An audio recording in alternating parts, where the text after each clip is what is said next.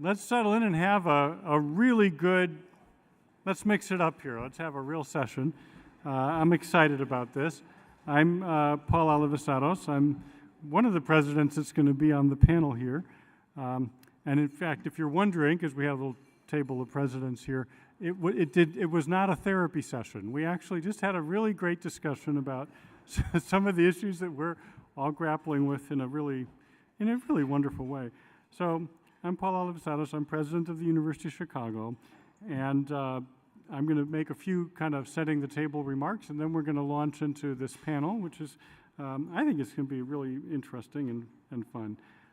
I think you all know that our institution is really deeply devoted to free expression in the most powerful ways. I hope in the panel I can share some events just from today that speak to that. But there's absolutely no doubt that in society at large, we're in a state where free expression is in distress. And we also see a situation which is deeply concerning, deeply concerning, that society in many dimensions has become skeptical of universities, and that indeed, the well-known maxim, it takes decades to build trust and very little time to lose it. We're in a moment when universities are actually losing the trust that they have had, and it's a really critical moment because without that trust, it's hard to be a place of truth-seeking. It's hard to be a place that does what universities promise. They promise to be places where enormous gifts of knowledge are produced and to be places where people learn how to engage in dialogue in order to be truth seekers. And we're in a place where that's, it's really in distress and it's being questioned. It didn't happen overnight. There's been, decades of these challenges, but now they're really in an acute phase. And so I think it's critical that universities strive in every way possible to be seen by a broad section of the public as trustworthy. But that you can only be trustworthy if you earn the trust, and you can only earn the trust if you have a set of core principles that animate your decision making and that you bring into practice when they are, at all times really, but also that you bring into practice in moments of crisis such as the ones that are going on now. So I think the topic of this panel around principles in action is the right topic for us to engage with. I will start by saying that there aren't that many principles like it's usually the case. I know one of my co-panelists, Seidel, is a physicist. There's not a lot of principles that are required here to make these things work, and we can debate exactly how to think about them all. But I think that in my mind that there's no question that freedom of inquiry and expression sits at the core. It is the most vital principle inside a university. There are other principles at work, of course, that I believe are in conversation with and are constantly in support of that, and they're connected to it. So I think there's no doubt that the university will do better when it evinces consistently, every way it knows how, over and over and over again, a commitment to excellence in the pursuit of knowledge. And also, I believe, a recognition that in order to execute the truth-seeking function, a kind of diversity of viewpoint and a diversity of experience promotes the healthy questioning that's essential, the questioning of received wisdom, which after all is the biggest barrier we have to figuring stuff out. And finally, I believe that there is another piece to this, which is a university should have a pretty fierce resistance to any authority seeking to establish truth. Any authority seeking to limit discussion. And now I'm talking about any authority, whether it is internal or external, whether it's governments or mobs or wealth or power. All of those things are things which can seek to act inside a university to restrict the ability of seeking truths, and universities will do well to be resistant to those things. So the last principle is, in my view, really fundamental, and that is to stand firm in the conviction that it's important, essential in fact, in order to be a great research university, it's essential to make a point of safeguarding institutional neutrality. It's just at the core of things. And there are so many discussions going on today about that, as if this is something newly discovered, but it's really foundational, and there's no substitute for it. Authority really cannot establish truth for the entirety of an institution that is dedicated to truth-seeking. It's imperative that individuals within a university seek truth without being limited by authority, whether that's authority from above, from without, or from below, all of which happens, people trying to control what can be said. In recent months, there have been many pressure campaigns waged on universities from every conceivable direction.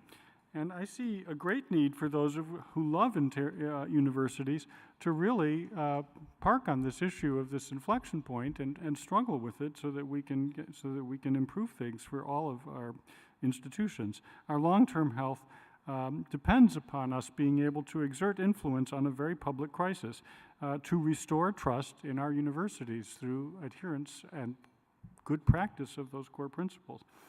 I will say, if a university consistently fails to correct these kinds of errors, there is a marketplace of universities too.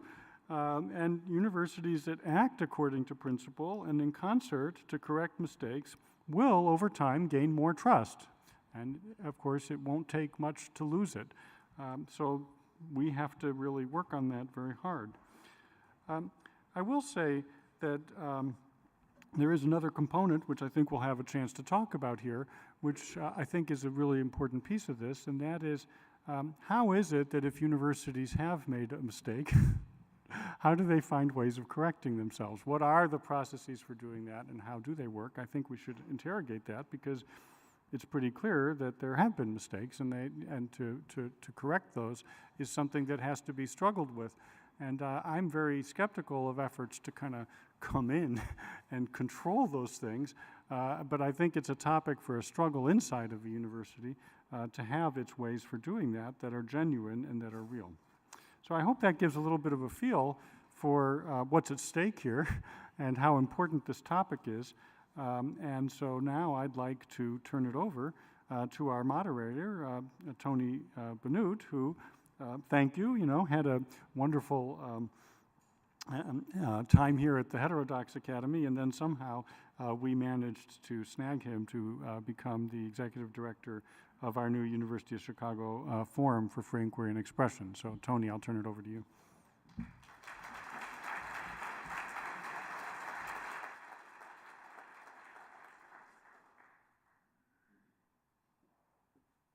Good afternoon. It's great to be here. And, I'm actually like a super lucky person because you were able to snag me at UChicago, and I still remain a very proud card-carrying board member of the Heterodox Academy. And in that capacity, yeah. If you other board members didn't know there was a card, by the way, you're missing out on some key privileges. In that capacity, I'll just say, it's been unbelievable to see the growth just in numbers and in energy in the network in the last 2 years since we were together in Denver. It's inspiring. And I'm not a mathematician. I don't know if we saw 25%. What we were at, like 4,400 in Denver or something, and 7,000 now. I think it's something like that. That's an aggressive, if we could do that every 2 years, that revolutionizes higher education. And that's the path we're on, and it's exciting. I'm going to introduce, in addition to Paul, three fine higher education leaders who are going to join me in a moment to moderate the panel. Hiram Chodosh is the 5th president of Claremont McKenna College and is widely recognized for innovations and accomplishments in both higher education and institutional legal reform, with a focus on the structural improvements of emerging legal systems. Claremont McKenna has been recognized nationally for its commitments to freedom of expression, including receiving the Institutional Excellence Award from the Heterodox Academy. And under Hiram's leadership, Claremont McKenna launched the Open Academy in 2019, a renewed set of educational and institutional commitments to freedom of expression, viewpoint diversity, and constructive dialogue. Daniel Diermeier is the 9th Chancellor of Vanderbilt University and an internationally renowned political scientist and management scholar. Daniel is a first-generation college graduate who, prior to starting his tenure at Vanderbilt, served as the provost at the University of Chicago. And Daniel launched Dialogue Vanderbilt, an initiative that advances Vanderbilt's longstanding commitment to free expression, institutional neutrality, and civil discourse, while preparing students to contribute and to lead in a pluralistic global society. And last but certainly not least, President Ed Seidel is the 28th president of the University of Wyoming and a distinguished academic known internationally for scientific excellence and bold vision, dynamic and collegial leadership with a track record of advancing scientific research, technology development, and economic progress at the university, state, and national levels. Ed has leveraged that experience to develop a vision for UW's continued success, and in 2022, he began UW's initiative on freedom of expression, intellectual freedom, and constructive dialogue to enhance Wyoming's reputation as a place where all voices can be heard and all people can thrive. Ed Seidel's PhD is in relativistic astrophysics from Yale. Gentlemen, please join me on stage and let's begin.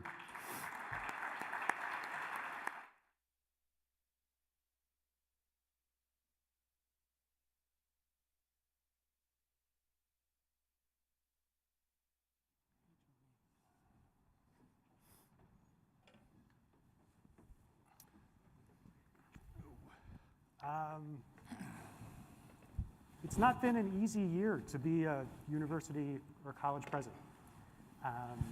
And I'm struck that each of you has actually entered that year having already done tangible things to establish the primacy of free expression, constructive engagement.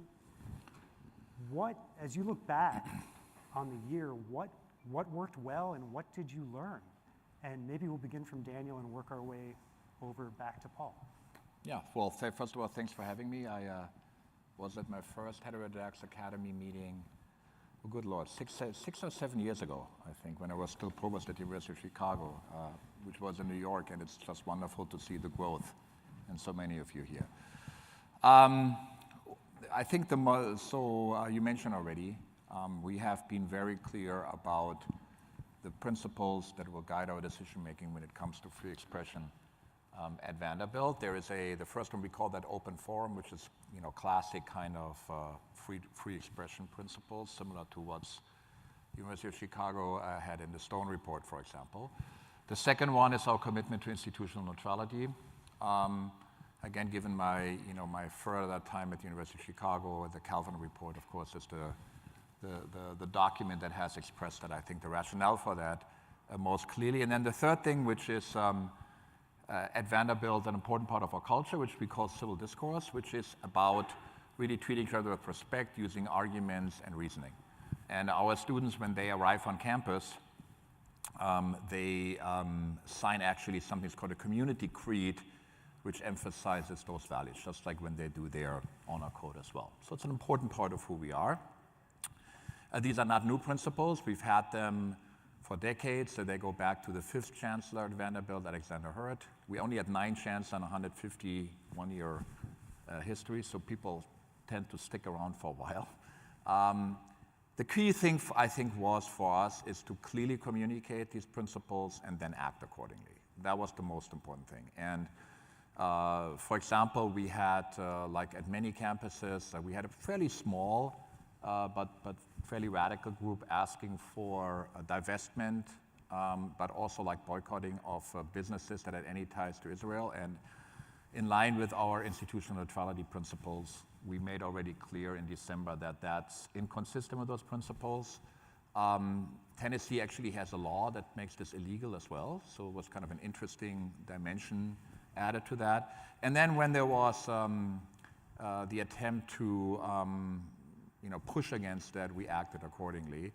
I'll just add one little story, which was kind of the big thing that made national news with respect to Vanderbilt. So on May 26th, we had a small group of students, about 27 of them, break into the administrative building. The building was closed still for some minor construction. They ran over a security guard. The security guard was injured, and then they tried to get into my office, were prevented from doing so. We had them sit then in front of my office. They came at 9 a.m. until 5 a.m. There was no food, no access to bathrooms. We arrested the 3 students that had injured the security guard, and everybody else then left. Everybody was subject to student discipline. The students had been warned that that would be the case. We had a few of the students expelled, some suspended, and some had probation.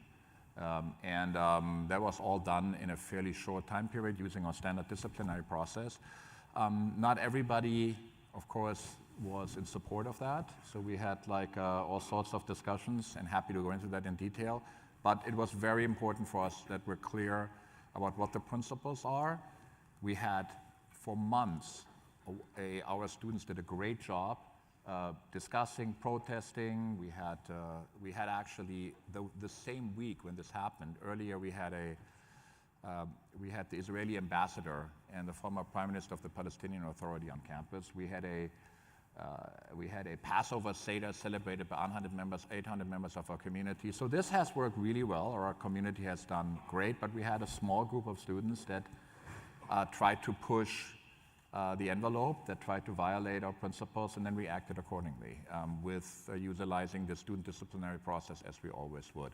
So I think clarity on principles, communicating them, we already had talked about this for years, including when it came to institutional neutrality, and then act when there was a violation in a manner that was consistent with our processes, but also in a manner that was decisive. It's great. Yeah. Thanks. Hiram, please. Well, first, thank you for having us, and thank you for having me.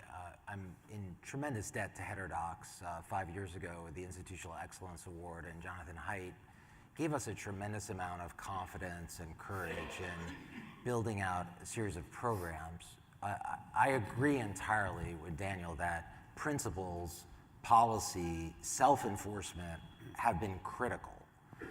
But just to go back a step, I remember my first year I started an initiative that put diversity and freedom of speech together in one phrase, which I'm not sure had been done.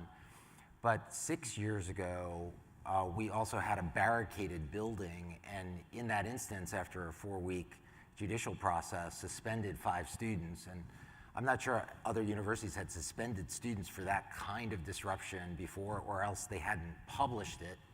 And I think that action was one of the many keys in our success this year. One of the best things I did in the fall is I took a 6-month sabbatical. So I was actually in the Grand Canyon, off the grid on the Colorado River on October 7th. And one of the biggest mistakes I made was not taking a full year sabbatical. But in emphasizing not just principle and policy and enforcement, I want to talk a little bit about program. And I want to talk about program as a long-term investment in building out the deeply pedagogic strategies that we all must continually reinvest in. I think, as Paul said, you can't earn trust back very quickly, and you can't create the conditions for dialogue in a reactive moment. These are long-term investments, and our Open Academy as it stands now is a pervasive, immersive set of commitments through every pore of what we do. It goes all the way back to admissions. This is based on a conversation I had with Bob Zimmer many years ago about whether we could leverage our prestige, those of us who are in a selective spot, to make it clear to K through 12 that we care about this. I mean, parents invest over $1 billion a year in test prep. Why? Because they think we make decisions based on test scores, which actually turns out to be not entirely true. And if they thought we cared about this, they might actually invest in making sure that their kids knew how to contend, how to grapple, that they paid attention to the news, that they knew how to debate, that they had the basic communication skills, of acknowledgement and neutral reframing, that they were willing to step across some dividing line in society. And so recruiting, clarity on mission, essay prompt, interview questions. I once saw an application a few years ago where a young woman joined the Republican Club. That's not astounding in and of itself. Why did she join? Because she came from a Democratic family. She's in. I don't even need to see the rest of her application. She's in. And that's the kind of thing that I think we all have to pay attention to. So everyone has the same, dialogue training on entry, 4-day wilderness trip. Every guide is trained in dialogue. Every RA is trained in dialogue. Every student leader is trained in dialogue. We have our Athenaeum program, 4 nights a week, roundtable discussions. We flip for controversial topics, salons of intimate gatherings. We have students, our CARE fellows, our Open Academy fellows, our Model UN team, our debate union, all as peer trainers and coaches, our Romero success coaches, all doing dialogue training on things like self-censorship and other important topics to everyone here. So I think when I came back, of course, me being away, think about there being no president, and against our nonpartisanship policy and the board's endorsement of Calvin, and all of the programming that we have, even when our students are upset about something happening in the world or on one of the other campuses, they show up to talk, listen, and learn. But that did not happen just because we snapped some rabbits out of a hat. It happened from our long-term commitment. Yeah, that's excellent. Thank you. Thank you for sharing that. Please, Ed. Thanks. So I would say what went well last year primarily was that we already had a head of steam on this freedom of expression activity on campus. We were in the midst of finalizing what was put in place about a year before, and thanks to Martha McCoy, some of you will know, we really had a terrific activity that led to a set of principles, of course, based in part on the Chicago principles. And in fact, I'd had a bit of, I'm not in any way a legal expert, but I had been at the University of Illinois before moving to Wyoming, and I had worked there on freedom of expression principles, so I already was very familiar with the Chicago principles. So I kind of brought this with me to Wyoming, and I thought a lot about it. I was very concerned about the increasing polarization, and also as a backdrop, I'm sure you all recognize Wyoming is a very, very conservative state, I would say, and proudly so, very proudly conservative, very rural. It's the size of the United Kingdom, and it has 500,000 people, and so just get a sense of how incredibly rural it is. And so when you have students coming from very small towns to a place like the liberal city of Laramie, Wyoming, of 30,000 people, it can be quite a shock for them, actually. And one of the legislators about a year before last year, so a couple years ago, had said to me something like, you're so much a liberal place, you brainwash our kids. So we take our ranch kids, we send them down to liberal Laramie, and they come back wanting to eat tofu. And that's literally a comment that I had from someone about it. So anyway, that's the backdrop. We're also 50% funded by the state, and we're the only university in the state. So it really, really matters to people what goes on, and so we're under a microscope all the time. So last year, when we did adopt the principles, I should say a word about what it took for us to do this. We had a committee that started up about 2 years ago now, a year and a half ago, but I was provoked once in a public setting by someone who asked me if I believed in freedom of speech on campus. And I said, well, of course, and I cited the Chicago principles, which did gain me some credibility. Thank you very much for that. And obviously the person who's, actually I'll name her, Karen Kemmer, she's very, very become a very good friend. She really wanted to ensure that we were taking this very seriously. So I asked her, why don't you join me and we'll start an activity on freedom of expression on campus. And then Martha took on the leadership of it. So anyway, we came out with the same kinds of principles that you're all celebrating here, neutrality and freedom of expression and the host of things that are very important for all of us. And so rather than just adopting them, we decided everyone has to own them. And this happened during the last year. That is, we said, okay, we're not just going to say the president approves this report. We'll get it approved by the faculty senate, the staff senate, the student senate, the deans, the cabinet, the directors of institutes. And individually, they all took it on. We kind of crossed our fingers, and it went through. And they approved them. And so then we have a deep sense of what they're about. But then the last year in particular was, what do we do next? Because I'd asked not only that we develop principles, but that we operationalize them. And I mean that very deeply. Everything from what do we do with our policies? Do they really conform to what our statement says? What about how do we communicate them? What do we actually do on campus? How do we actually live them? And so that work has been going on for nearly 18 months, and I think it will go on forever if we do this well, because it's just something that's got to be brought in really deeply to what we do every single day on the campus. So anyway, that went very well. And then in the last year, when there's been a lot of attack on the university, we were among the states that decided that DEI was no longer something that should be supported by state funds, and that was very clear. With this appropriation, we could not operate the Office of Diversity, Equity, and Inclusion, but we had these principles to say, wait a minute, we're not what you're thinking. We have these principles, and we are actually working every day on making sure all voices are heard, all voices are not only allowed but cultivated. And when I talk about neutrality, I add the word active in front of it, active neutrality. So we're cultivating that neutrality. And that is, I think, taking some time, but it is really beginning to blunt some of the criticism of the university. And I think that will, in time, do us a lot of good going forward. Yeah, thank you for that. So may I say a few things? For sure. I want to build on the comments, all really excellent ones, and maybe make a bit of a comment about two components of this. One is president and one is culture. So on the president's side, I mean, I'm deeply privileged to be in this lineage, and if we go,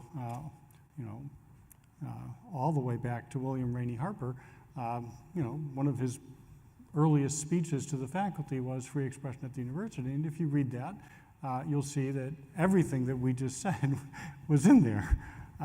And there's been this sequence, this legacy of presidents who at each stage spoke to these topics and championed them and acted on them. So I think that's vital. And so, of course, this year, as others have recounted, there have been moments where obviously these principles had to be called into action. And so for me, I took the perspective that I would be extremely transparent and put out a set of statements along the way during the situation where we had an encampment at the beginning, stating, trying to frame that discussion, that we will, we're a place where we're going to lean into free expression. Maybe there are some violations of time, place, and manner, but within certain constraints, that might go on for a little while, but we'll observe.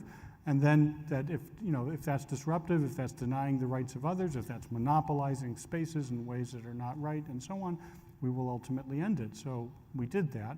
And so at each stage of the way, I made sure that I was going back to the core principles and explaining to any person who wishes to question my decisions that they would know the basis on which I had made them, and they could do that. So that's how I approached it. At the same time, last year, we did a lot of work prospectively to talk about the Forum for Free Inquiry and Expression to strengthen the culture. And I do want to go back to a historic moment. You referred, a couple of times people have referred to the Calvin Report. I want to remind that the Calvin Report was commissioned by President Beadle, but it was actually 7 faculty who engaged in a dialogue with their colleagues and also with the administration and produced that report, which today is so widely admired. I want to emphasize the extent to which that was that was produced through the community of scholars that is the University of Chicago, that was something that the community itself developed. And my sense has been that on our campus, there is a general acceptance of these ideas, but their actual practice is a great struggle. So there's a couple of things I'll just mention as like very recent things. The day after I acted to end the encampment because it was so disruptive and it was really violating all kinds of our principles and it needed to be ended in that way. The forum held an event.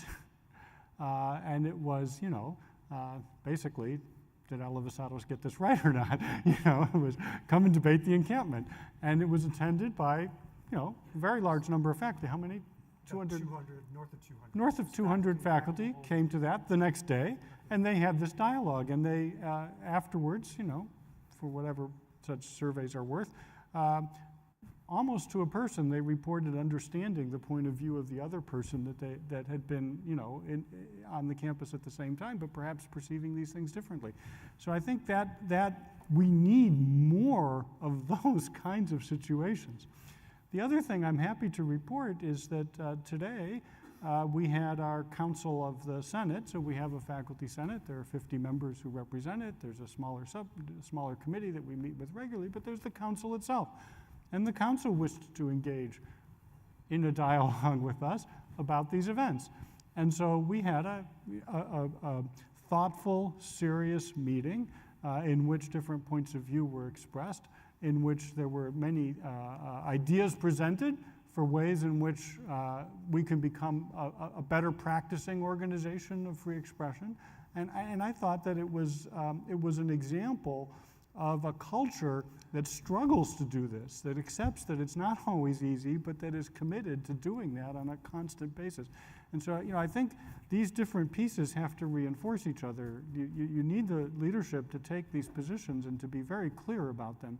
But you also need to talk about what is it that's, and I think that's what you were all describing, is what are the elements of creating the culture that is the one that's actually going to carry this, and to be willing to say at any given moment, let's dig in again. Let's reflect on how we just did and try to see if our practice is held up to the principles that we agree to. And so I think that's a key piece to this. So one of the ways of understanding a tradition that, my faculty colleague, Tom Ginsberg, the faculty director of the Forum on Free and Korean Expression, who I think is here, took inspiration from when we put together a compilation of UChicago's history of free and Korean expression that we called the Chicago Canon. This notion of a tradition is a living conversation over generations and a struggle to understand the goods that constitute it. Alistair McIntyre has philosophical language for this, a socially embedded, historically extended argument about the goods that constitute it. And the language of struggle, or the clarity in communicating principles and then enforcement, and then the recursive moments in which we're seeking to learn and move forward in a stronger, more productive way, to me are emblematic of a living tradition. So I wonder, my second question for the round would be as you've lived into that in your own contexts, what, if I could put it this way, what failed? Or what do you look at that was I might not have gotten that right, or we might not have gotten that right, and I've got to do this differently. We have to do this differently moving forward. We'll go in the same order, Daniel, if I can call on you. I love the historical perspective, and there were a bunch of things, I would call them implementation, operational stuff that. And we have this internal commitment to kind of continuous improvement. So whenever we have anything significant, we look back. It's like we'll watch film on Monday. We see how do we do better, and there were a variety of things like that. So, how do we communicate? How do we communicate a media access policy? We didn't have a camping policy, for example. Right? We had a very, very small encampment, 10 tents or something like that, so it wasn't It wasn't a big issue for us. How do we deal with people that come from the outside, that are members of the community? I mean, variety of things that usually have not been an issue for us. And I think just going through this experience, see like, oh, we got to think about this. So that's one piece. I think the thing that I found surprising, and it goes back, I think I love the way, you described this as like educational principles, right? Is that I think there were various aspects where I think I'm going to call the reasons for having these principles were not clear to people. And I'll just give you one example. I think there's basically ignorance. Maybe it's willful ignorance, I don't know, about like civil disobedience. Okay, so people now call this disruption, but put themselves in a lineage with the members of the civil rights movement. And I mean, we had in this particular case students injuring a member of the community. Well, that's not what the lunch counter sit-ins did. Okay. And that's not what Martin Luther King did, and that's not what James Lawson, who was a Vanderbilt graduate, they were, I think as Dr. Martin Luther King said, joyfully and intentional violating a rule in order to demonstrate the injustice of that, and violating, and then taking the consequences and the abuse and the beating, gave their position additional moral gravitas. It was just the opposite. And this kind of lack of historical understanding and context, where I would say worries me. I don't think there's anything specific to Vanderbilt, but you see there's a whole variety of other universities, that the clarity of principle, what is protest, why is it that we do like time, place, manner restrictions, which we can do on private universities, different conversation of call ed in your world. Why do we do that? What's the reason for that? What's the difference between protest? Between protest and civil disobedience? And how do these things fit together? It worries me. It worries me that we're not clear about that, and I think that's just certainly we look at that and ask ourselves, we just have to do better on that and have more discussions and more clarity on that. Yeah. I want to go back before going forward just a step, because when we talk about policy, principle policy enforcement, and we talk about freedom of expression, in a free speech paradigm, we often fall into a bit of a trap. And that trap is we conceive of that in a vertical way. And by vertical, I mean Congress shall make no law. We're talking about a state-society relationship. In the university context, we're talking about a president or institution against the community. And we do that in that vertical way. It makes complete sense. But the problem with that, folks, is it's not an educational model. It's a very important bedrock relationship. And I think in part what Daniel and I are getting at right now is how can we be more pedagogic in our approach to these questions? It's not just about whether as president I can respond to a crisis according to principle and policy and enforce it well and have my community understand what I'm doing and why and how this fits within a certain set of university and national value traditions. But it's also about the horizontal problem of free expression or freedom of speech. And by horizontal, I mean that one of the challenges I started to see several years ago was that people started to say, you're violating my freedom of speech because you're intimidating me with your speech. And that's a big problem with freedom, folks, because we have to adjudicate when one's freedom is infringing on another's. That's why, Paul, you said, okay, we err on the side of encampment, it's expressive, it's disruptive, yes, but as soon as it starts to cross that line and interrupt, yes, the university's functioning, but really we're talking about learning. We're talking about what we're there to do. Once it interrupts that, we have to intervene. But before we get to intervention, we have to talk pedagogy. We have to talk about how as educators, not as administrators, how as educators we reinforce these values peer to peer, horizontally, not just state society, not just president to faculty to students. Yes. And I fear, and this is sort of my big macro observation, that this year, higher ed leadership and those observing it were cast into a security game and a politics game, and we've lost the game that we're supposed to play well, and that's a pedagogy game or a learning game. We're not very good, folks, at security. I mean, none of us were trained in security. Some of us have learned a lot on the job, but it's not our profession. Look at the presidents who are trained in that. The president of the Ohio State University, awesome at it, just awesome. But there are very few of us who are that good. We're not professional politicians. A couple of us are, and they're very good at it. Most of us here are not professional politicians.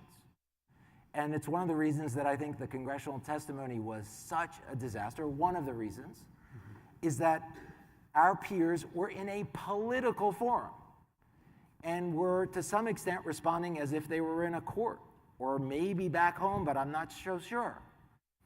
And we have to get back to our game.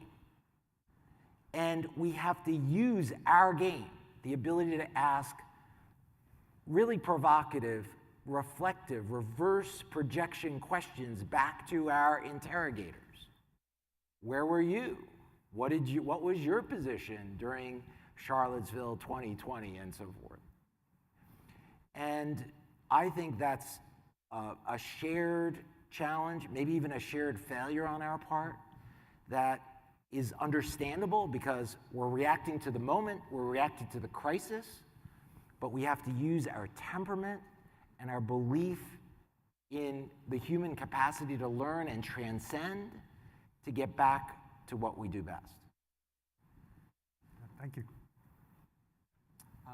Thanks. I think I want to say a little bit about some of the challenges and then also an example where I think we could have responded in a different way. And as we're saying, we're all learning on the job, actually. Some may be legal scholars, but even being a legal scholar, it's not always easy.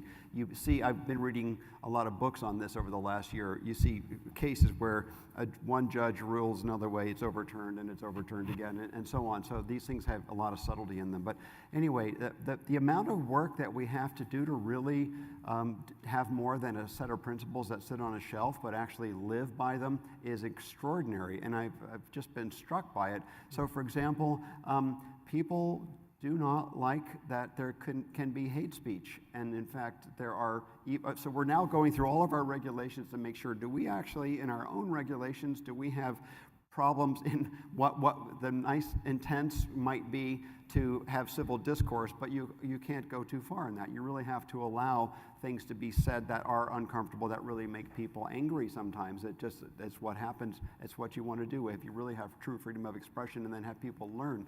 So I've had a lot of criticism by some of my own faculty. In fact, I had one a statement anonymously who said, Seidel has had a lot of terrible ideas, but this freedom of expression is the worst. And if that's the worst thing I've done on campus, I'm pretty pleased, actually.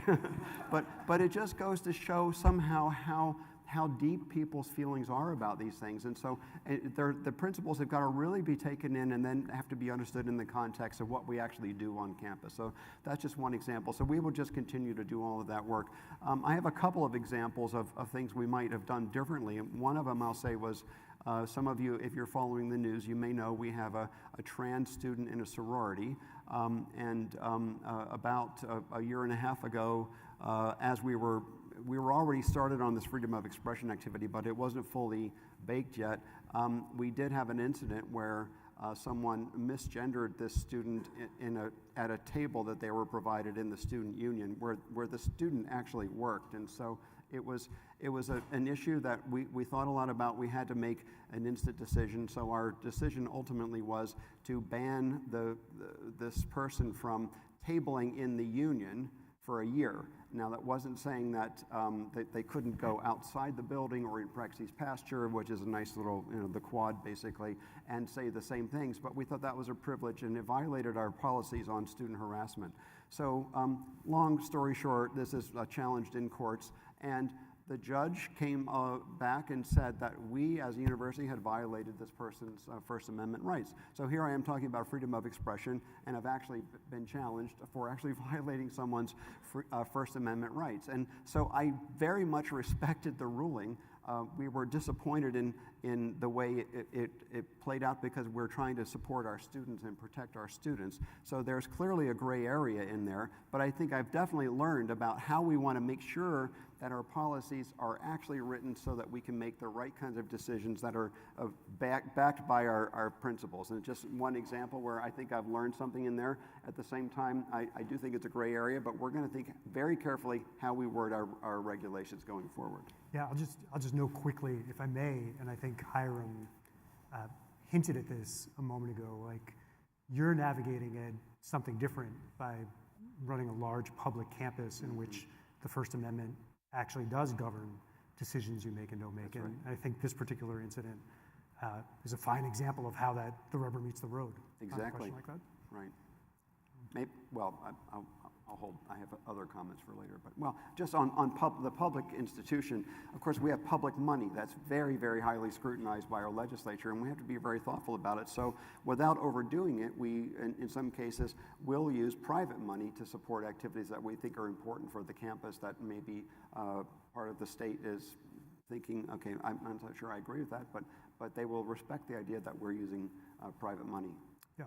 And just not to put too fine a point on it, I think everybody in this room probably understands this, but on the private campuses, it's not technically the First Amendment that is governing these issues, even though that sometimes is where campuses might take some direction or inspiration. There's private regulations. Did you want to chime in on that? I really want to thank Hiram for bringing in that perspective, because I think it's really spot on, this issue of how will students have a peer culture in which they don't just accept free expression, but they actually come to see it as being the fulcrum of their education, the vital point at which, because of it, they may actually have a moment in which it really changes them because they've heard something that they have to now struggle with. They thought they knew something, and then it kind of turns around for them. Or even just to develop their skills, as we were saying at lunch a little bit with me here, they develop their skills to be in that kind of dialogue, and that they feel that as a sort of strengthening of themselves as citizens and as human beings. I think that's really very core. And again, I think that that's something which is an attribute of a healthy culture. And that healthy culture takes a lot of cultivating. And I know in my case, I've been at great pains in every occasion to try to use the language of gifts and responsibilities, in the sense that the process of in the way knowledge is created is by sharing ideas with an openness, but listening to ideas with an openness too, and learning to be involved in that and thinking of that as a gift we give each other, not as something that's an imposition of my view on you, that's a dialogue around that is the key to becoming somebody who can find truth. And I think for our generation of students, that's a real struggle for a lot of reasons. And so, we did ultimately, that was one of the goals I felt that we needed, even in a university that's had this long tradition. I still felt we needed this forum to be a place where lots of people, students and faculty, administrators, can come together and just really work on this problem, because right now there's a lot of challenge to this, and I think our moment stands out. It's not unique in all of history, but maybe have only been a few in the history of our university, a few moments that had this level of acuteness to them. So it's a real dialogue. You asked in the question, I'm just going to give a technical process answer, forgive me, but they matter sometimes. you know, was there something that we kind of wish we had a do-over on? And I'll just say that there's this, and it's a very specific thing, but these things actually do end up mattering. We have a process by which if there are claims by somebody that for example, their free expression has been abrogated by a protest or, you know, those kinds of things, that those can be brought forward and discussed. And there's a process by which those things unfold. And it so happens that the policy that we have prescribes a certain sequence of events, but the actual practice for more than a decade didn't really exactly match that policy. So now it comes at a moment when everything is very acute, and you see people saying, well, look, I mean, here's the administration not following its policy exactly. And, you know, that's because, okay, you know, it was, I think, we would categorize it as a kind of harmless, you know, inconsistency with process, not a harmful one. But you learn that when you do have these situations where there's, you know, where there are one group has violated the free expression rights of another, and those have to be brought forward. They have to be considered. There has to potentially be discipline depending on the circumstances. If you don't do that right, down to the tiniest detail, you create a situation where it isn't accepted. And so, you know, we've got some do-overs to do that you know, we're going to go back and just be very careful on these things to make sure that you know, not only what we've done most recently, that it's just in accord, but that, you know, it's literally what has been viewed as the right way to do it. Yeah. Well, I guess you know, Ed wants to. oh, sorry, go ahead, Ed. Well, one thing I think that responds well to that is I've been encouraging our campus in every way to really look yourself in the mirror. And I mean, not just yourself, but your campus. Look at what you're doing, look at your process, look at your regulations, and constantly be questioning. And if part of the whole idea of a university is to challenge ourselves and make sure that we continue to improve going forward. The constant recursive process. Right. Tony, just one quick point is that I think another dynamic that you see this year playing out, and it relates to internal processes, a lot of our peers are having trouble enforcing their own disciplinary processes. And University of Chicago has a faculty disciplinary process. A lot of schools have turned that disciplinary process over to students. And you can predict that, I mean, sometimes peer review is excessively harsh, and sometimes, or more often, it's excessively permissive, that if you have a serious violation of policy and it's students deciding whether to suspend or expel, that you're going to see very few suspensions or expulsions. And this is really important because if universities and colleges can't self-enforce, and it's just what you were saying last night, John, is others will come in, here the state, to enforce for them. I mean, University of Chicago, you have your own sworn police force. I think it's the largest police force in Illinois, right? Outside the city of Chicago. Outside the city of Chicago. And, you know, most of us don't have that. We have, you know, just a bunch of campus safety officers, and they don't have authority or arrest authority. And so building a capacity for self-enforcement becomes vital to avoiding the dynamic of having the state come in.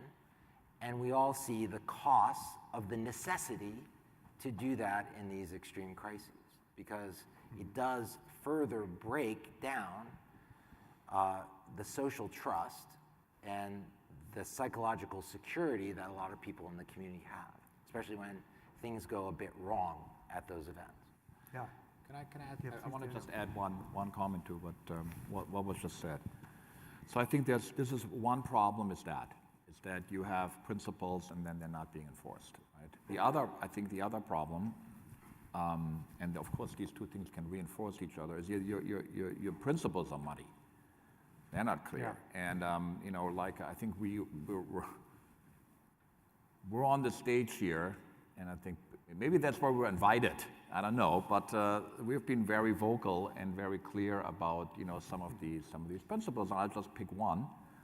You know, Paul mentioned it earlier, which is this institutional neutrality piece, right? And And the University of Chicago has always interpreted that way. We have always interpreted that way. Is that means that our endowment should not be subject to taking political positions, right? Divestment for political purposes.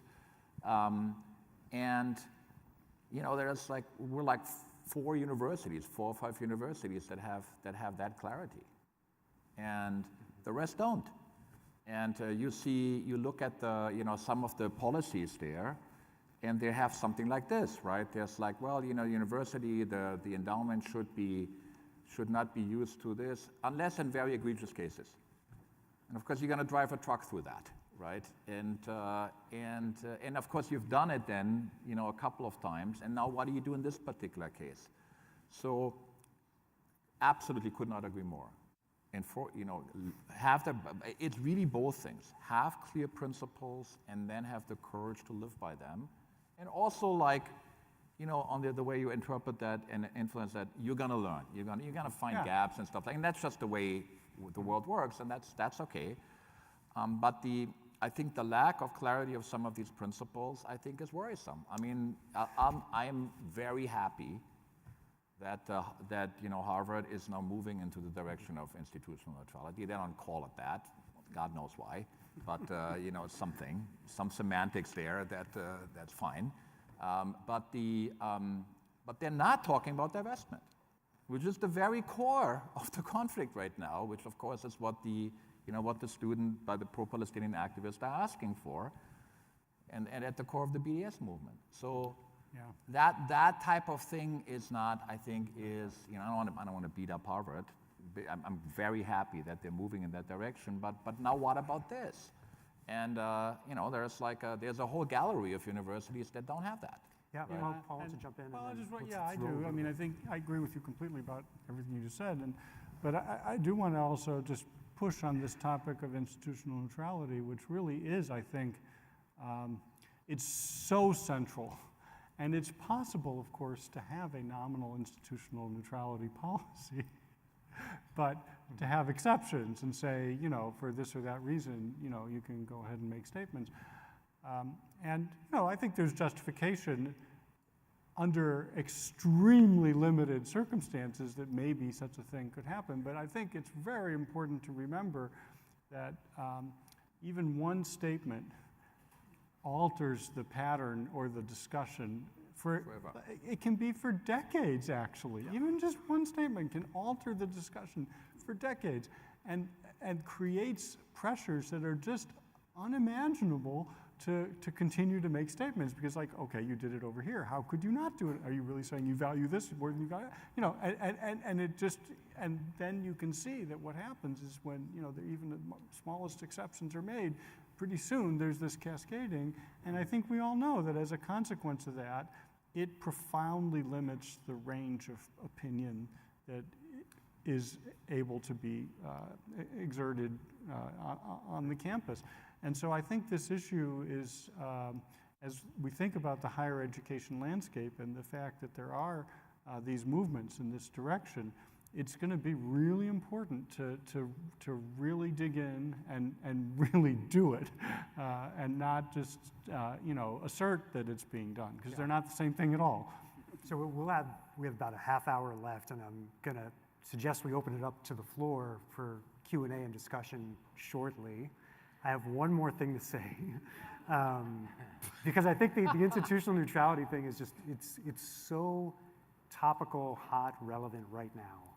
And I just want to actually make explicit something you said in your opening comments that actually kind of shifted a frame in my head around it, which you connected it directly to orthodoxy. You said nobody gets to set the truth. That's right. No authority, whether No from authority gets below or above, Right. gets to set the A truth. mob can't And prevent a other mob people, can- and neither can somebody else come in and just say, this is the answer. And here we are at the Heterodox Academy, and I heard that and thought, well, Paul's talking about orthodoxy. And so that statement to me connected neutrality to orthodoxy and heterodoxy, which I think is important. Mm-hmm. And that's kind of the point, is that you can think of so I was actually raised in an Orthodox religious tradition. So the word carries some weight in that sense because it's like right teaching. It's the It's a correct Christian views. Orthodox. It's It's the a correct view. views, And in that case, it's like scripturally mandated, clerically authorized. That has its certain role and rectitude within that realm. But the point I want to make is when you think about heterodoxy vis-a-vis those conceptions of orthodoxy, heterodoxy becomes blasphemy, apostasy, those kinds of things. If you look at the definition, you find those kinds of things. But another way to understand it, just etymologically, looking at the Greek roots, is many, heteronormativity, heterogeneity, et cetera. And that's really what we're after, is a diversity of views in which no one is defining the orthodox truth, the right set of views. That core, that heart of why this exists, I think you said this too, goes back for UChicago to like 1899, not 1967 in Calgary. And so it's really relevant for me to think about how those dynamics play out in successive contemporary challenges and manifestations, like Daniel, the contemporary demands of BDS, which are particular to this age and this conflict, this region, but we can think about them in these very rich ways, right? I wanted to just add one note here that we don't speak of nearly enough. And that is, let's just take the interfaith environment. So a lot of my colleagues, want to do interfaith programming, very important. A lot of colleagues are dealing with faith communities where there's tremendous disagreement within those communities on politics. There's no monolith there. But the one thing that's really important to me that I learned several years ago, I think it was summer of 14 in one of the last big Gaza-Israeli conflicts, is the intrapersonal conflict that our students were experiencing, where they were really trying to work out themselves where they stood in this crazy world of parent views, uncles' views, the news, what their faculty were saying, and really didn't know where they stood. And I think trying to hold competing truths in their minds at the same time. And I want to make sure as educators, again, that we're really focused on nurturing that. Because within these orthodoxies, there is a tremendous amount of repression, peer-to-peer or hierarchical, that any thoughtful individual must struggle with. And we can't put each and every one of us in some sort of prescribed box without opening up the heterodoxy that lives within each of us, not just in our institutional set. And that's one of the compounding reasons why heterodoxy as a concept is so important, is to give us each the freedom to express those self-contradictory, those paradoxical views. Here I am in this conference, and I don't like the phrase constructive disagreement. So I'm being heterodox by taking issue with that orthodoxy within the Heterodox Academy. All the more power to you. Because I wasn't put on the earth to disagree better, folks. And I think that's short of where we should be. But that's just an example of me embracing heterodoxy, but still having issues with one version of how it's expressed. Because you're calling out the importance of the personal struggle to know that is, which happens within a community in dialogue with others. You're calling out that part of it, which I think is, it's at the heart of the dream of what a university should be. It's the place where people are learning and struggling to know things in dialogue with others. And I think you're right, that means that we each have uncertainty, and we're trying to not be afraid to talk about that as well as talking about the thing. Yeah, I think it's a great point. Yeah, apologies for the false start earlier. There were like 30 hands that went up. So let's open it. Emna was the first hand I saw, actually. Thank you, Nicole. I just want to first say thank you. it's rare to see presidents that can hold the line and who are such strong believers in these principles and enforce them. I wish there were more of you. So if you can clone yourselves, that'd be great. Working on that. But I want to kind of go back to something you said, Paul, which was about the mistakes that we have made and course correction. And how do we do that? And how do institutions do that?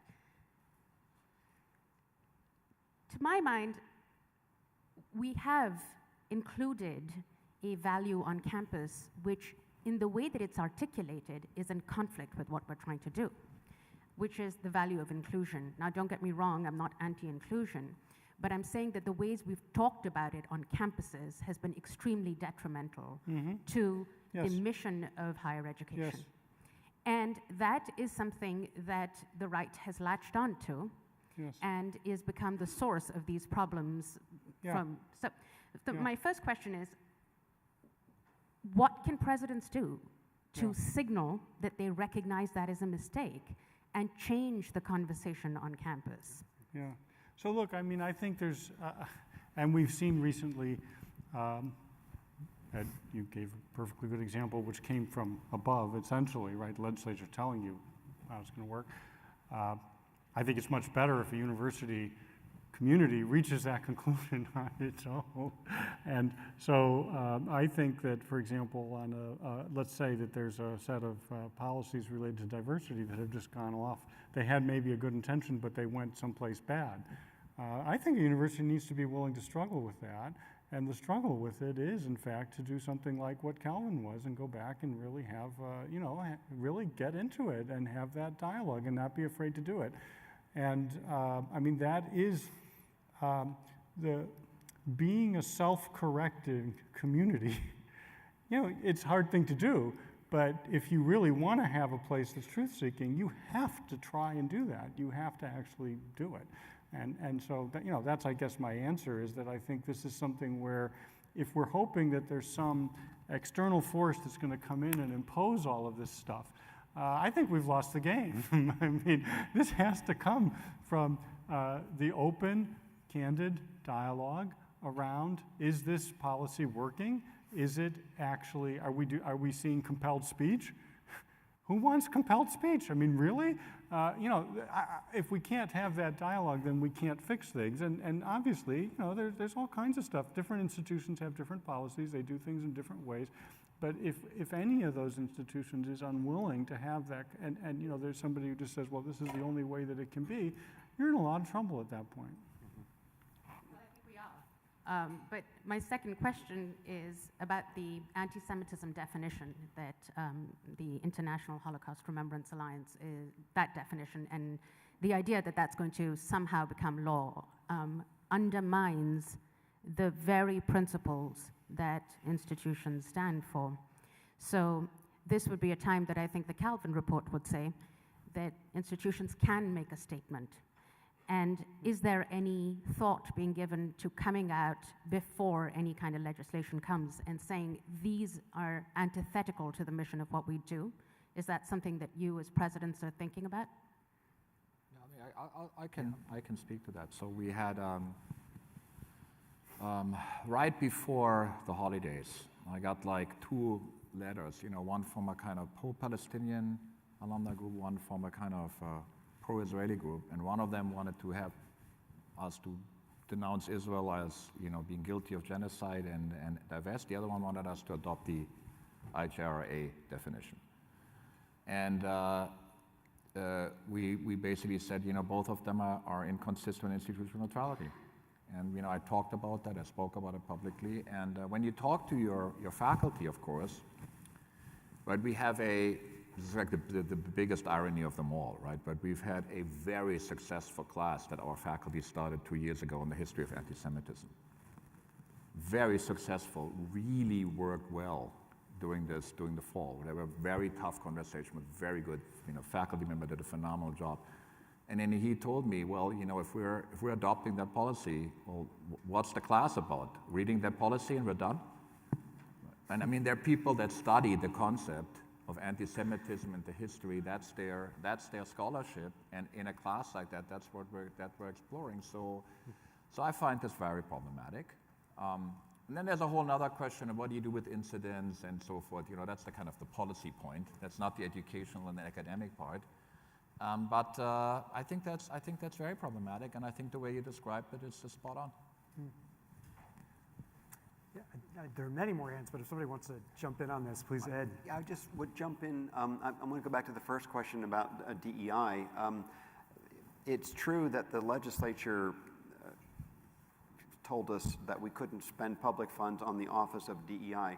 While that was going on, in fact, in the run-up to that, we were actually having quite intense discussions about whether we should make some changes. And we got to the point where we felt that if we did it like right before the legislature was going to pass some law, then it wouldn't seem genuine. So we sort of took the opportunity. They didn't define what DEI was, so we said, okay, well, here's what we think it is, at least as we think it was intended. And then we are now going through, having just gone through the freedom of expression activity, where we're going through every single regulation in the university to make sure it conforms with true freedom of expression principles that we just adopted. Now we are looking ourselves in the mirror on all DEI activities as well. So it's actually helped us quite a bit. And so we're going through that entire process kind of in parallel now, looking at everything that we do there to make sure that it's actually practiced in a way that accomplishes the goals that we really want.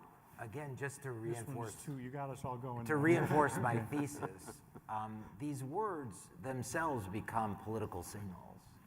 And so then if we opine on the political signal, you know, someone sends me a new definition of anti-Semitism. I say, I'm not that smart. I probably would have trouble with any definition. I'd want to ask lots of questions about it. What does it mean? How is it going to be interpreted? What difference will it make? That's why we have jurisprudence. And so that's one answer, but I usually collapse just into the law. I mean, we have jurisprudence on these issues. What's discriminatory? What's not? What's harassment? What's not? I can't replace my judgment with that of jurisprudence, but the answer is really what Paul's getting at, and also what everyone here is committed to, which is, let's have a discussion on our campus. What do you mean by inclusion? I mean, you know, we all struggle at Thanksgiving with who gets invited to the table. Like, do we invite Uncle Harry, who's kind of a political kook?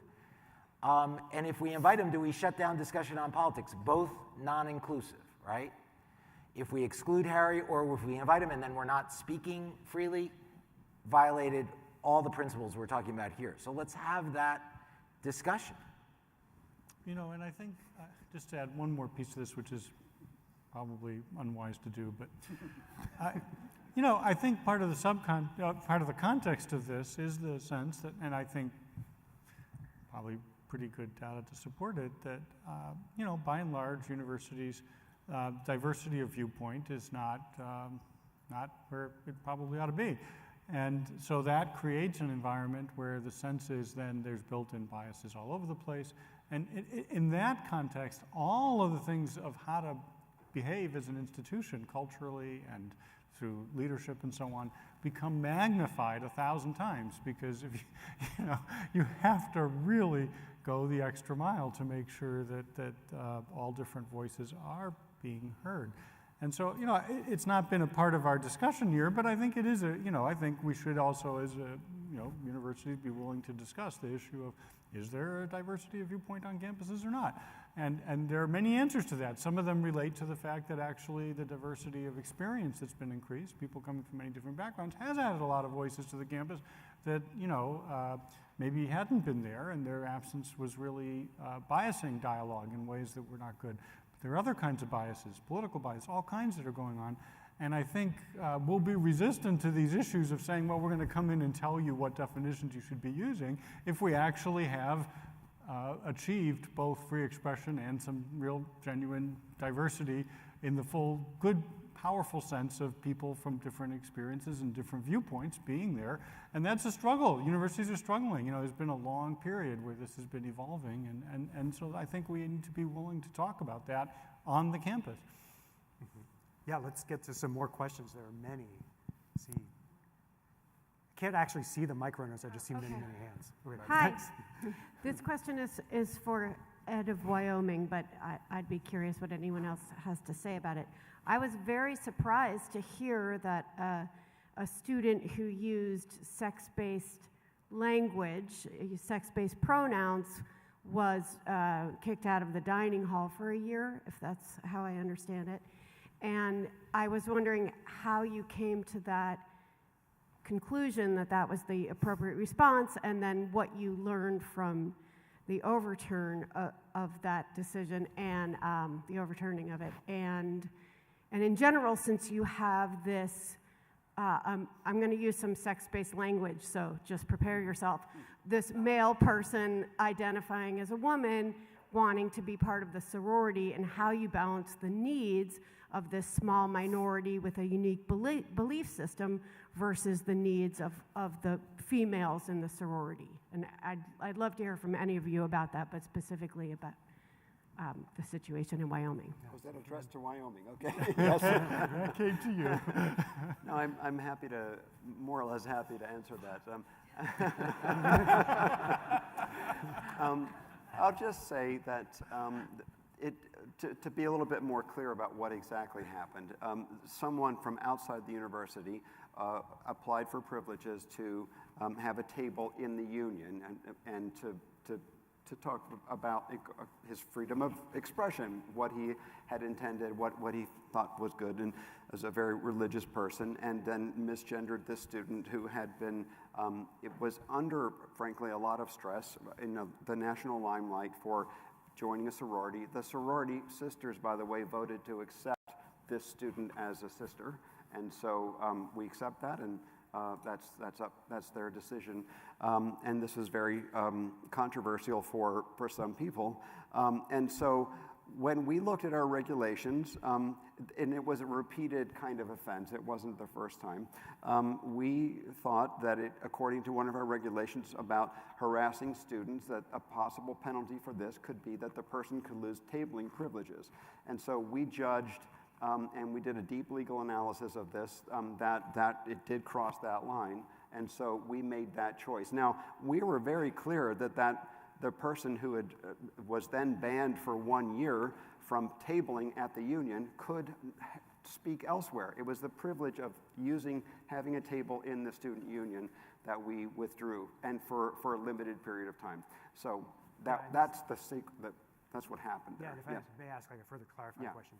The policy pertained to outside folks who outside the university. I'm not entirely sure if it was only for outside. But this is exactly what happens when you're a public not. university. You have to That's navigate right. these things and have an outside person petition to use a Yeah, technically state-owned space. That's right. They have a right to access to. That's right. And so anyway, in our view, we were still allowing that person to express their views, but not to have that privilege because of harassing a student. That was the rationale for it. So you can judge, and a judge did judge that we had gone too far in that, and so we accepted that. And as I said, I not only respect that, but I certainly appreciate the freedom of expression in the First Amendment, and so therefore we simply accepted that and didn't challenge it. So I'm not sure if that answers your question, but I was trying to explain exactly what had happened there. I just see hands. So I know John Haidt's got his hand up here. I see Dorian. Well, to echo Amna, thanks to you all. I've been in this game since 2015 when Greg and I wrote The Colony of the American Mind, and then the universities seemed to blow up and melt down right after that. And for several years... No cause and effect, though.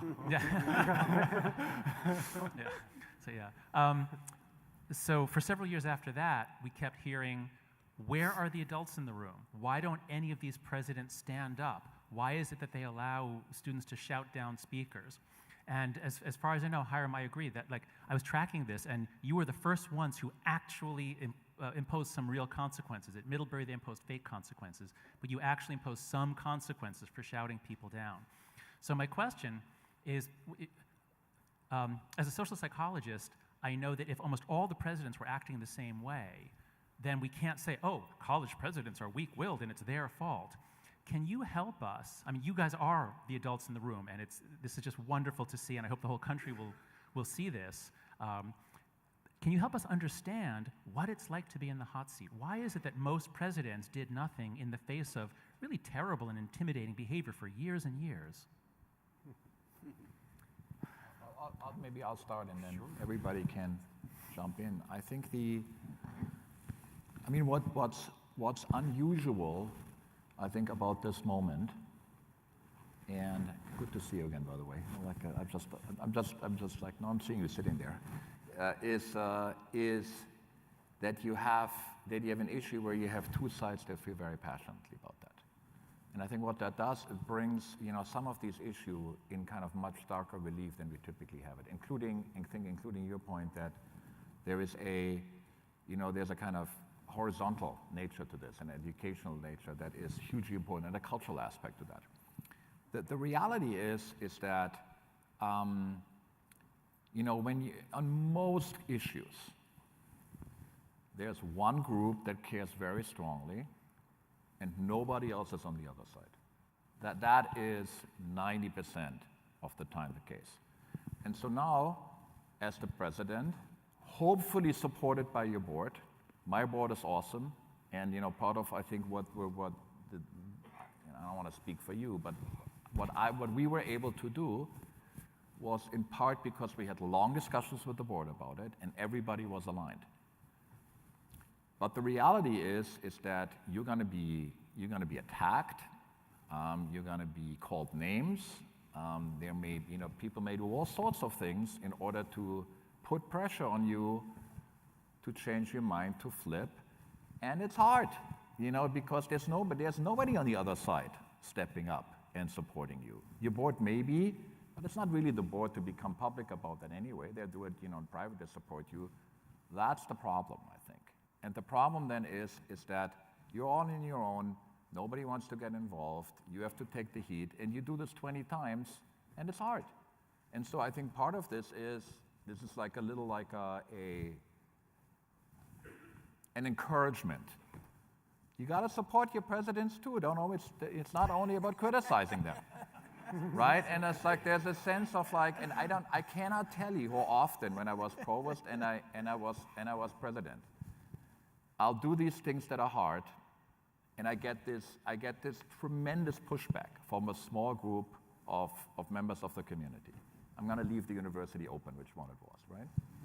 And then you go into an elevator and somebody comes over and says like, I think you did a great job, right? I didn't want to talk about it publicly. Why not? Okay, so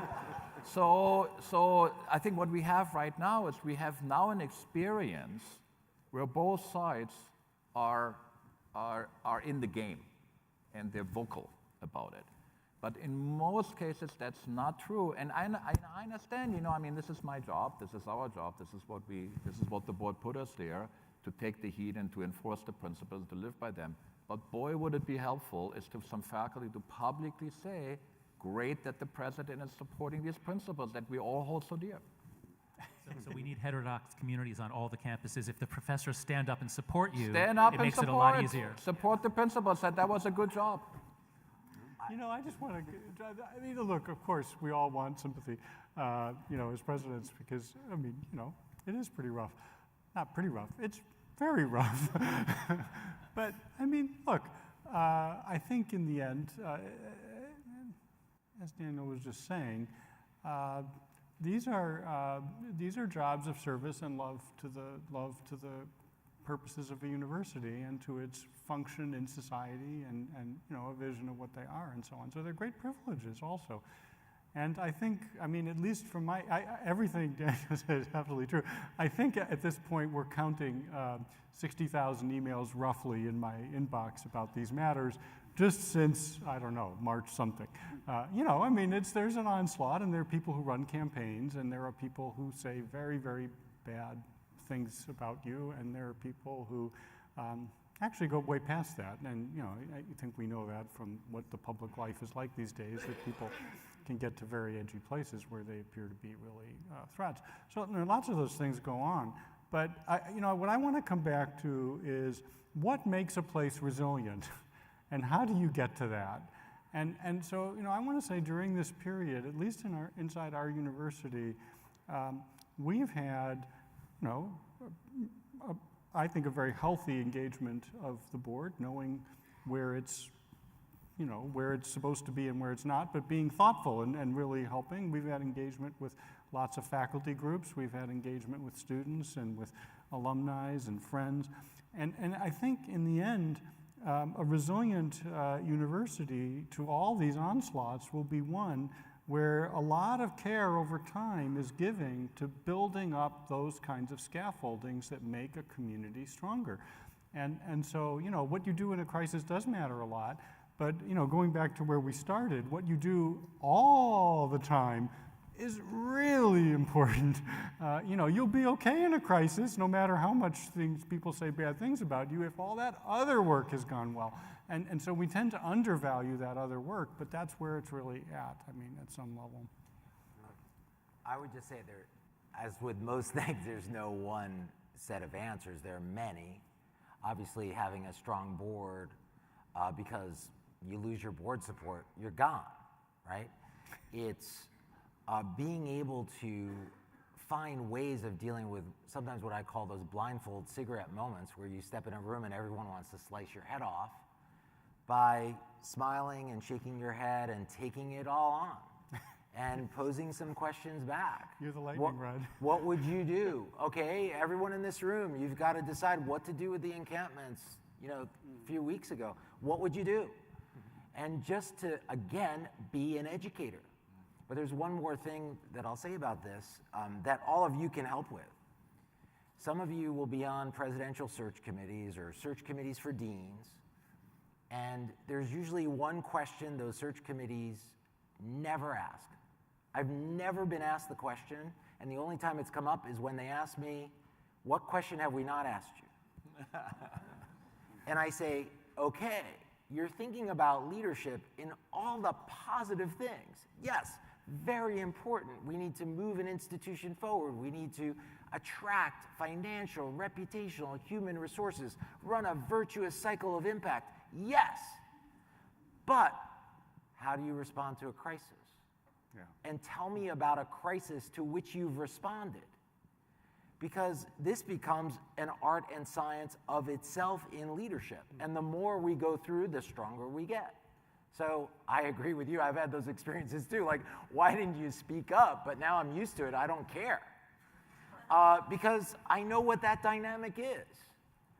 And so as long as my complete larynx is not ripped out of my throat, and I can get a couple of questions off to someone to think about things a little differently, I'm good. I'm good. And I don't ever collapse into, oh, it must be so hard to be a college president today. Well, then don't do it. I mean, we all feel rewarded. Yeah, incredibly stressed, frustrated, aggravated, but incredibly, profoundly rewarded by the privileged role that we have to lead at this moment in this way. For all of us, this is core to who we are, not just what we do. And we have to encourage and cultivate that inner inflection in alignment with our public role in each of our colleagues and get them around these tables to find out what they're experiencing in their context, not ours, in their context, to empower them individually and as a group. I want to Is there any, so there's like literally 60 or 90 seconds left, but I do want to invite brief closing comments to express anything you haven't had a chance to say and want to still express. So please, Daniel. Okay, so I just want to come back to your, which I think is spot on. I think so. I think the the sense that there is this whining about like being a college president today, and I've said this in in the New York Times. I'm like in response to things publicly, but this is a really critical moment for higher education, and I look at this as a privilege. Is that having the opportunity to have an impact on that, and so I said a little bit tongue in cheek, but not so much. I said, if you want to be Prime Minister of Britain, you want to be it in 43, not 53, because that's when it matters. And so I think this is like as challenging as this is, and there are these moments when you have to deal with all these challenges. It's a hugely important moment, and I think you know, I think we talked about this a lot, we all recognize this, but it's really important that faculty recognize this too. This is a moment, you know, this is a critical moment to stand up and be counted, and it's very important we do not let that slip by. It's indeed a critical moment. And any quick closing thoughts? Well, I would say ditto to what my colleagues have all said here. I feel very proud of what we're doing, and I think it is making a difference, and we are being tested. And if we lose our jobs at some point, you know, we don't actually need them, but we want to as long as we feel like we can continue to make a difference. It's very important to have your board to back you, which I also feel very, very privileged to have strong backing from the board. And the nicest thing a board member said to me recently was, "You're doing a great job in all this fire that's coming at you. I would have soiled a new pair of underwear," is what they said. I want to say that I think it's really important, not just for this set of challenges, but for learning nationally, that we actually face the big forces. And one of the many challenges, even in this discussion, is we focused mainly on speech and mainly on cognitive processes. And I just want to point out how much we've lost sight of the full person. I have a report card. I want to just read you the first introductory paragraph. It's from a report card, June 2nd, 1933. Young man, 6th grader by the name of Ray Dewey in Lane County, Oregon. I just want to read this report card to you for my closing comment. The report card's to parents, and it says, "We give 2 separate reports. The first indicates the progress made by the pupil in the formation of the essential traits of character and attitudes of mind that make for good citizenship. Upon these depend the future of democracy and the stability of government. In this training, we recognize that the school shares responsibility with the home." And then it says, just with one simple sentence, "The second report indicates the progress in the regular studies." And I read that in DC at a workshop with the Citizens and Scholars Institute, a collective of, at the time, 26 presidents. Jack DeGoya was hosting it, and Jack said, President of Georgetown said, "Boy, we've got that flipped." Thanks, everybody. Thanks, Paul. Anything before we close? You know, just one last comment. What's at stake here is the possibility of creating new knowledge that benefits humanity. I mean, that's really, you know, if we're not truth seekers, we're not able to find that and do it. So a lot's at stake. And so I think, you know, what you see here is a group of people who are very dedicated to that because a lot's at stake and it really matters. And there's a lot of wonderful things that people still don't know about the world. And we have to foster those environments where that happens. Hear, hear. Okay. Thank you for a wonderful conversation.